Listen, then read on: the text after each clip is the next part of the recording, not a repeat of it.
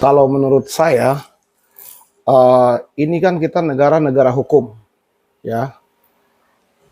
Sebuah institusi KPK itu kalau sudah memang menyatakan atau praduga, itu kita sebagai warga negara yang taat kepada hukum, apalagi seorang pejabat, ya, itu kita harus datang sebagai ksatria atau pemimpin, harus kita bertanggung jawab atas mau tuduhan atau memang itu sudah terdakwa, itu harus dipertanggungjawabkan.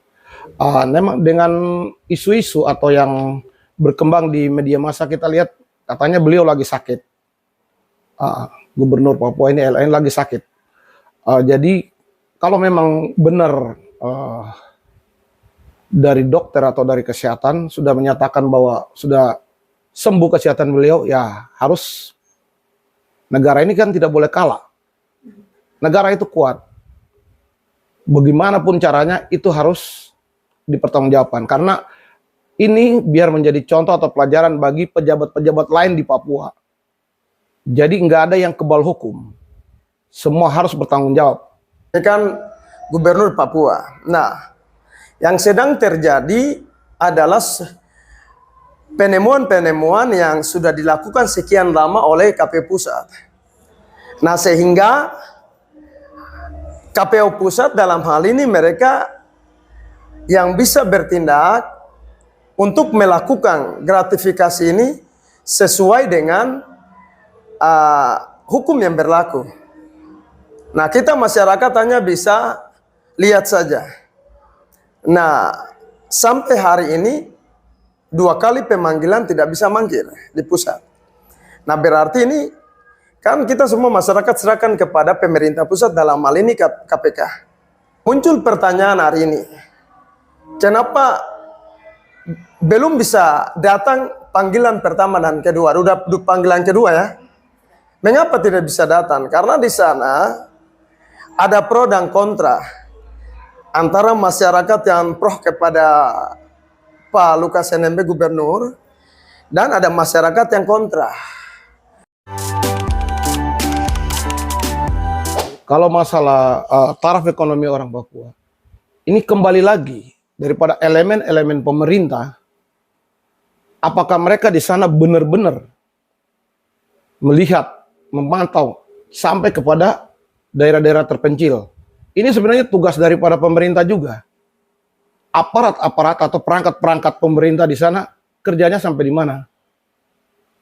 Kenapa itu terjadi? Sedangkan uang atau dana atau apapun yang dari pusat tuh sampai di sana. Tapi kenapa tidak sampai? Jadi ini kontrol dari pemerintah juga saya rasa harus dipertanyakan. Kalau pemerintah daerah itu kontrol dengan baik dan pusat mengecek, pusat di negara ini di Jakarta mengecek dengan baik bantuan apapun apa yang disampaikan disalurkan ke daerah, itu nggak mungkin terjadi. Keluarga keluar negara daripada beliau. Adakan pendekatan cara bagaimana dekati keluarga mereka untuk mereka bisa dipergunakan. Pemerintah pergunakan mereka untuk bagaimana mereka bisa merangkul dan mengambil hatinya supaya masalah ini bisa cepat diungkap ke permukaan dan diselesaikan secara bermusyawarah dan bermufakat. Karena kita ini punya ideologi itu. Kita harus bermusyawarah, mufakat, kita harus bergotong royong. Berarti kita tidak datang dengan wajah seram dan marah-marah, tidak.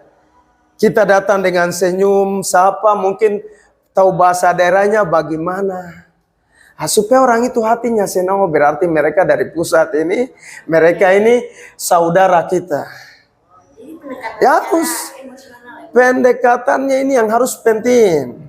Tidak boleh keluarkan surat terus datang Bapak, kami mau datang tanggap Bapak Rio, tidak bisa. Tidak bisa, ada aturan, ada etika, ada akhlak yang kita harus tunjukkan dan kita harus jalani. Tunjukkan kepada masyarakat Indonesia lain di wilayah lain. Nah, makanya pemerintah pusat hari-hari ini harus bijaksana. Dalam hal ini memilih orang-orang yang tepat untuk bisa datang ke sana berbicara secara musyawarah dan mufakat. Sehingga hati masyarakat itu senang dan Kita menunggu kesehatan dari Bapak Gubernur. Setelah itu pemeriksaan itu bisa berlangsung secara hukum. Nah, jadi jangan saya sebagai tokoh agama Kristen, pendeta, dia harus mengakui perbuatan itu. Kalau salah dia katakan saya salah. Ya kalau katakannya tidak, katakan tidak. Ya di atas ya dan tidak di atas tidak. Supaya masalah ini selesai, supaya penyakitnya sembuh.